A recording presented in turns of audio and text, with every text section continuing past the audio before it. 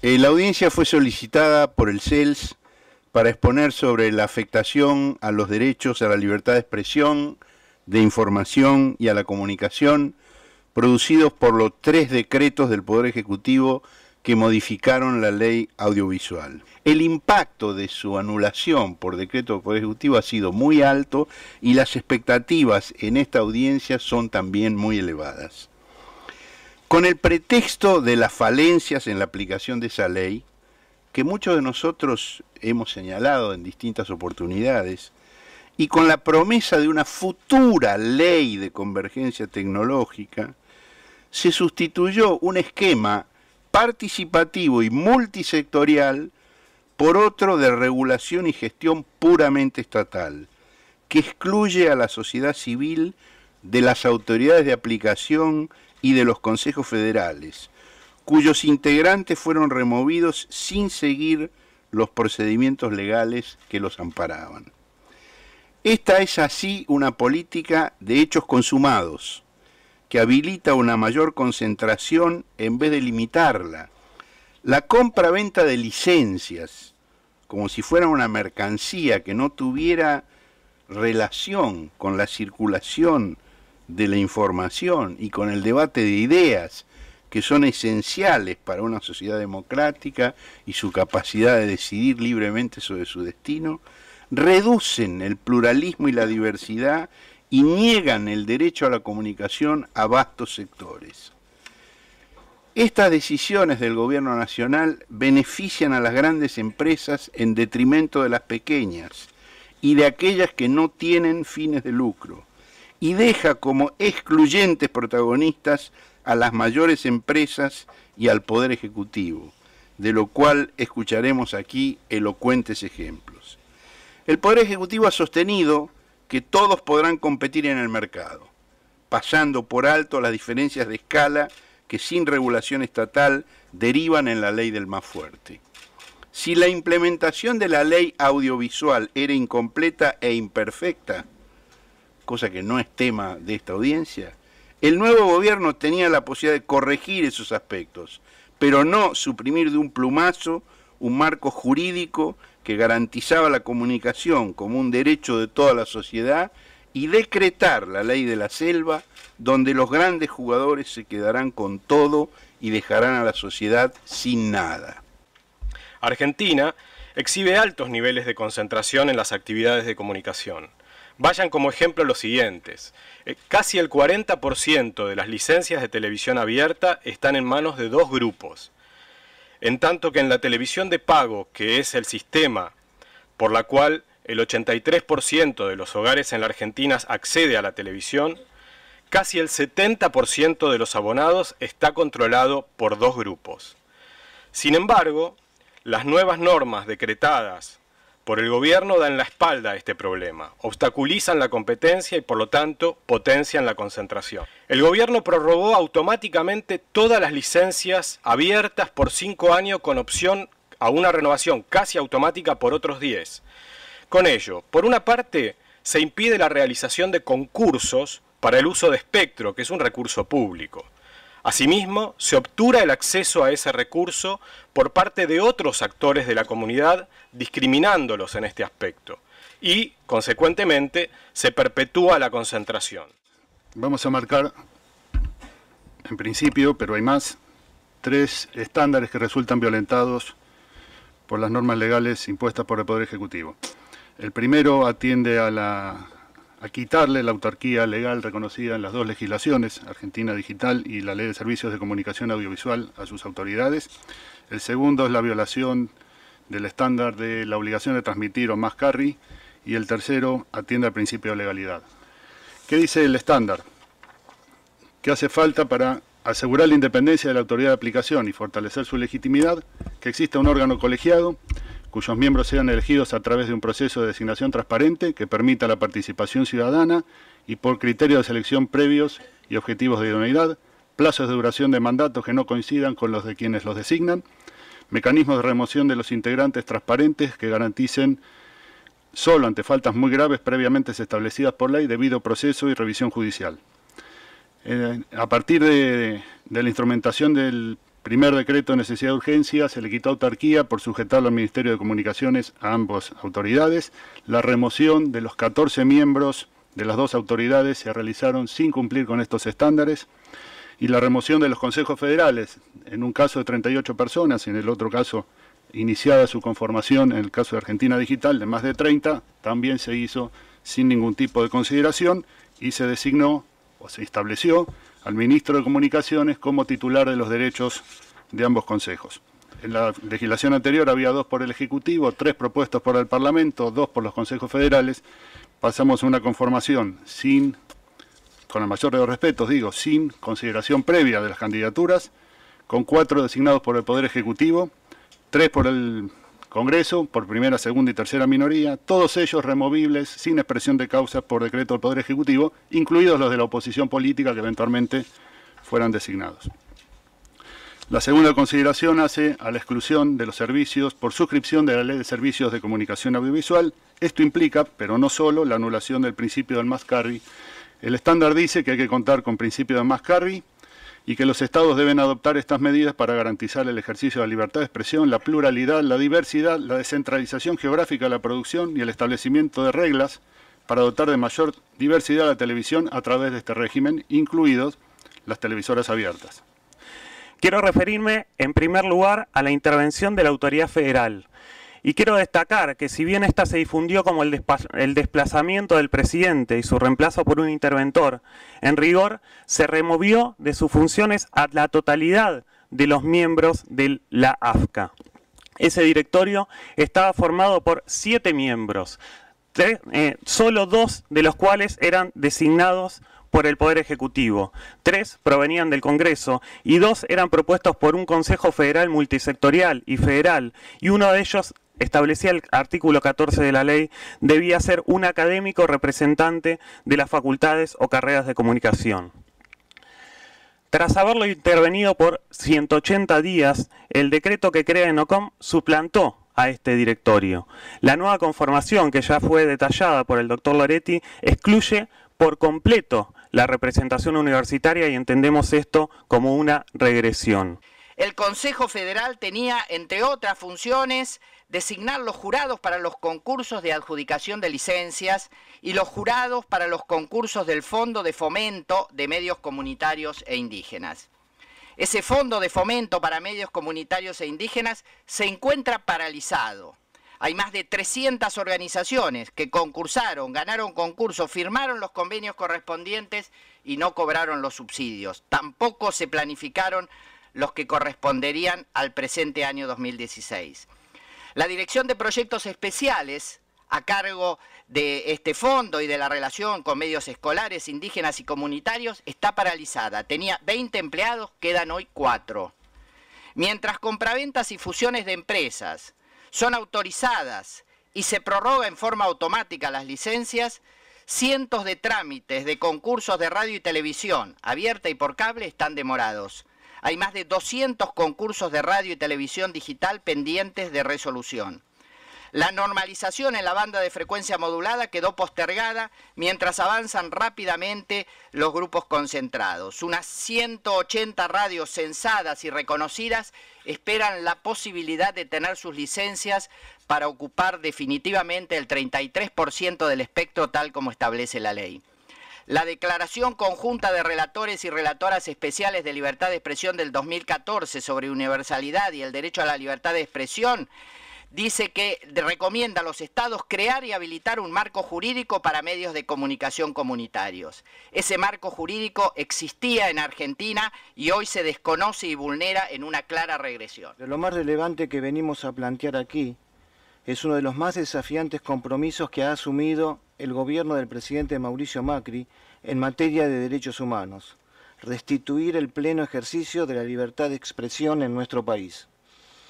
En tal sentido, quisiéramos subrayar algo que no es ajeno a esta comisión: la grave situación que atravesó nuestro país durante los últimos 6 años en cuanto a las restricciones en materia de libertad de expresión que se registraron bajo la conducción del anterior gobierno.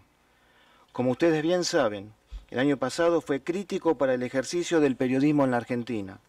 Periodistas hostigados y encarcelados, constantes abusos de las cadenas nacionales y del sistema público de medios, y distribución arbitraria de la pauta publicidad oficial. Si a este dispositivo se le suman los recursos destinados al programa Fútbol para Todos y la cuantiosa propaganda difundida en la televisión estatal de los partidos, se advierte claramente que durante el gobierno de la expresidenta Cristina Fernández de Kirchner, la política en materia de medios audiovisuales y relación con la prensa estuvo dirigida enteramente a imponer la hegemonía comunicacional del gobierno nacional por sobre la pluralidad de voces que exige todo sistema democrático. Sin ninguna duda podemos asegurarles que a partir del 10 de diciembre de 2015, la confrontación con los medios y el periodismo ha terminado en la República Argentina. Con pleno compromiso y satisfacción, afirmamos que nuestro gobierno ha detenido el proceso de degradación institucional y de restricciones a la prensa, asegurando el ejercicio pleno de la libertad de expresión a todos los ciudadanos. Los trabajadores de prensa han podido entrevistar al presidente de la Nación con una agenda abierta y en 3 meses de gestión se ha logrado normalizar el trato con el periodismo. Muy brevemente haré referencia al contexto de violaciones a la libertad de expresión que ocurrían hasta hace pocos unos meses y que llevó a que el actual gobierno se encontrara frente a la necesidad de modificar políticas y prácticas anteriores violatorias de la libertad de expresión. Comencemos con la campaña impulsada desde las más altas autoridades del Estado, persiguiendo a periodistas y medios de comunicación. Uno de los casos emblemáticos de persecución, pero no el único, fue la campaña durante años contra un diario de gran circulación encabezada por el propio presidente en primer lugar y seguida de forma grotesca por la gran mayoría de los funcionarios públicos. El último ejemplo de esa campaña fue hace tan solo un año, cuando el jefe de gabinete de la presidencia, frente a las cámaras de televisión en una conferencia de prensa, rompió en pedazos un ejemplar del diario, al mismo tiempo que él mismo reconocía la existencia de una campaña sistemática, al decir textualmente: la confrontación política va a ser una confrontación comunicacional permanente, y para eso estamos. El 19 de mayo, el periodista Nicolás Buñaski denunció que su vehículo, periodista crítico de las autoridades, fue envuelto en cables de luz y de televisión. El reportero interpretó que el acto podía tratarse de una represalia por su trabajo periodístico. Declaraciones estigmatizantes.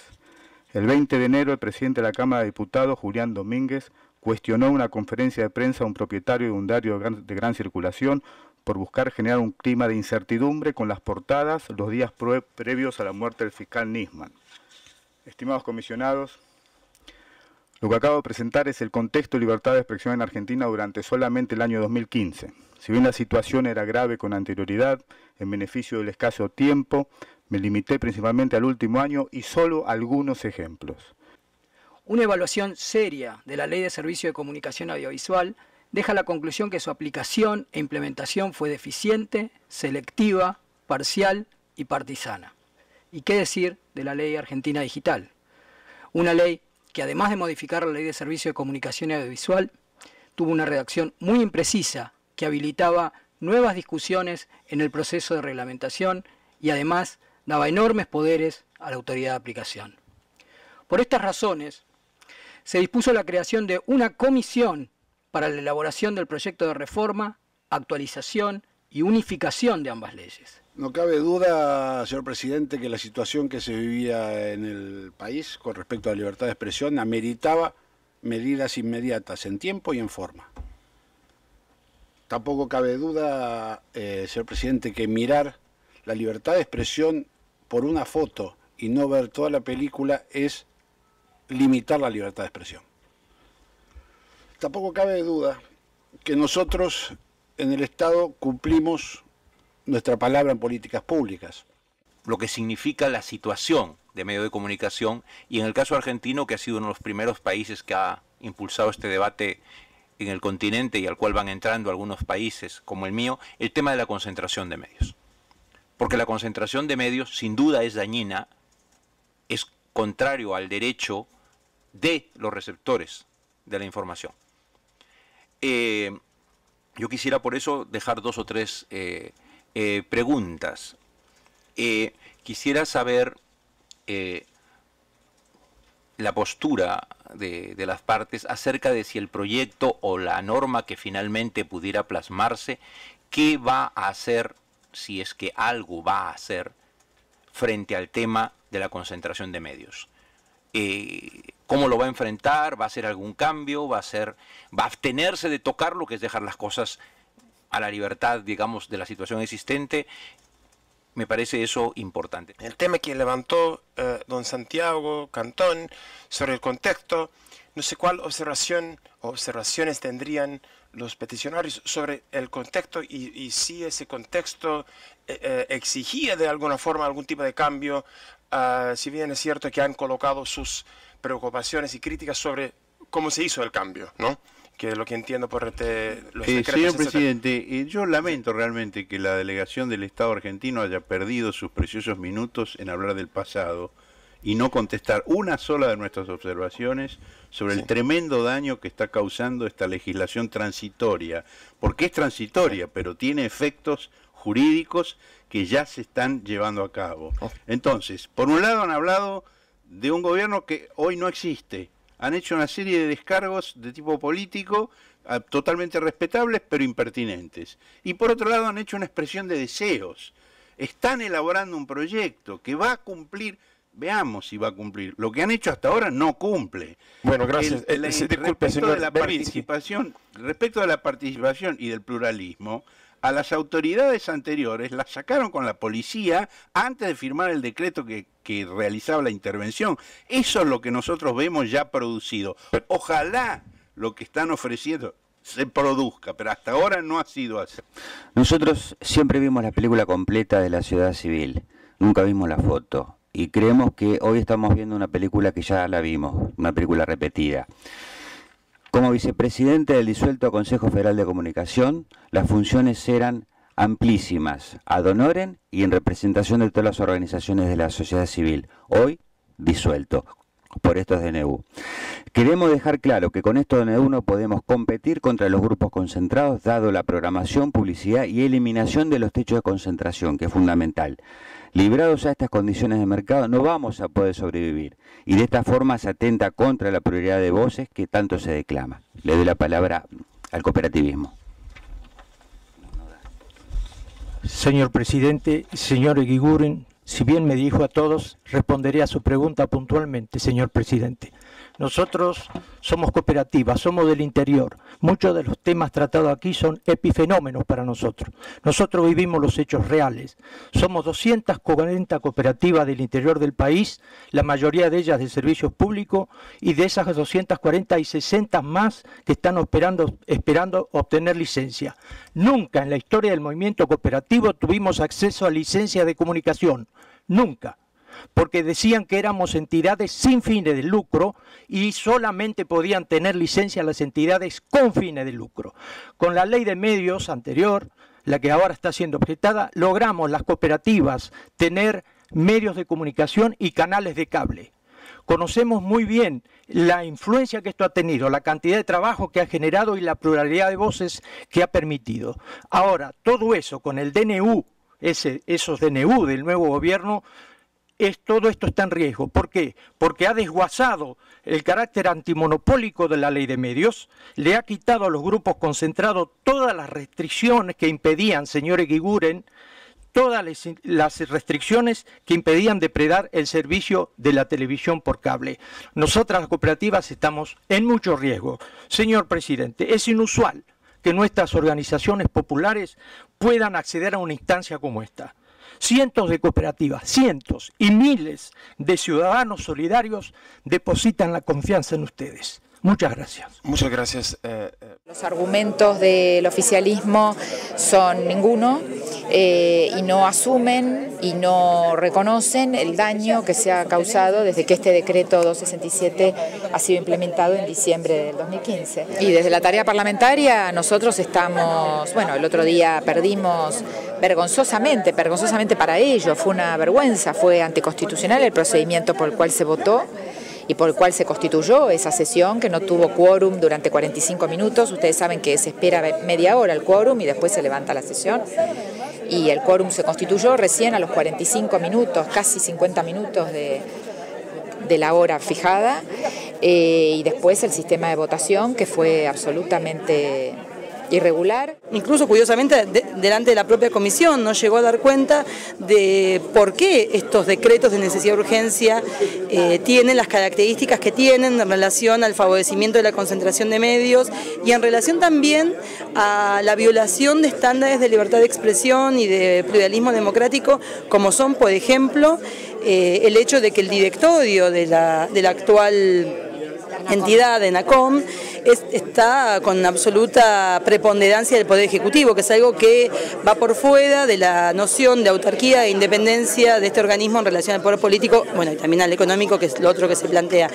Eso no lo pudieron explicar, entonces me resulta preocupante, porque además es como contradictorio lo que plantearon en relación a su argumento, en relación al autoritarismo supuesto del gobierno anterior, cuando en realidad este gobierno, la decisión que toma es armar un directorio mucho más vertical y mucho más, con muchísima mayor injerencia del Poder Ejecutivo, aún que en el que estaba creado por la ley originariamente. A veces se dice que la ley se derogó, no se derogó, está vigente, pero está tan modificada que es una ley transformada y que no respeta ni el espíritu ni la letra de cómo fue creada.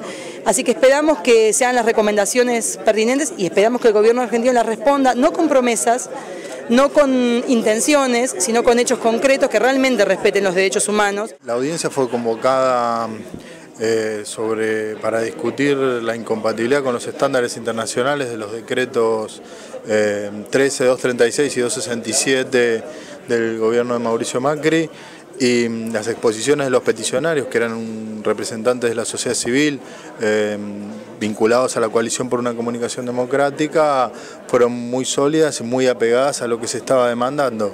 Sobre esto el gobierno argentino no ha respondido, digamos, creyó que estaba en una audiencia con el ex gobierno, cosa que no era así, y sobre los argumentos exposados no tuvo una respuesta. Hablaron de periodismo, de pauta oficial, de acceso a la información, todos puntos que son atendibles y que seguramente merecen mucho debate, pero no eran los que estaban en discusión, no eran los requeridos en la audiencia. Si vas a una instancia de diálogo en un organismo internacional, lo mínimo que podés hacer es escuchar al peticionante y responder sobre lo que se te pregunta, y en este caso no hubo ninguna respuesta sobre lo que se preguntó.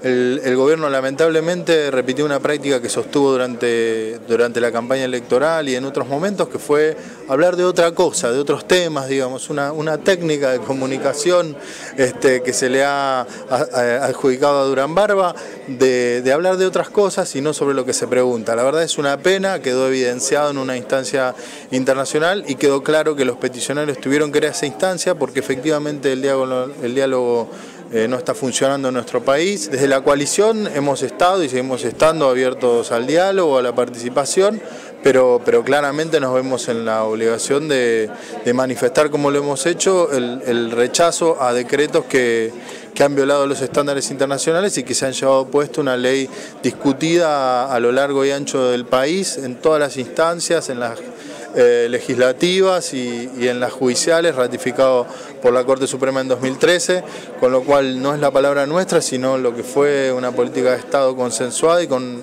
una enorme participación de la sociedad civil, con lo cual se discutió con un decreto empresarial y se vulneró con un decreto empresarial a una ley que era del pueblo, no de un gobierno.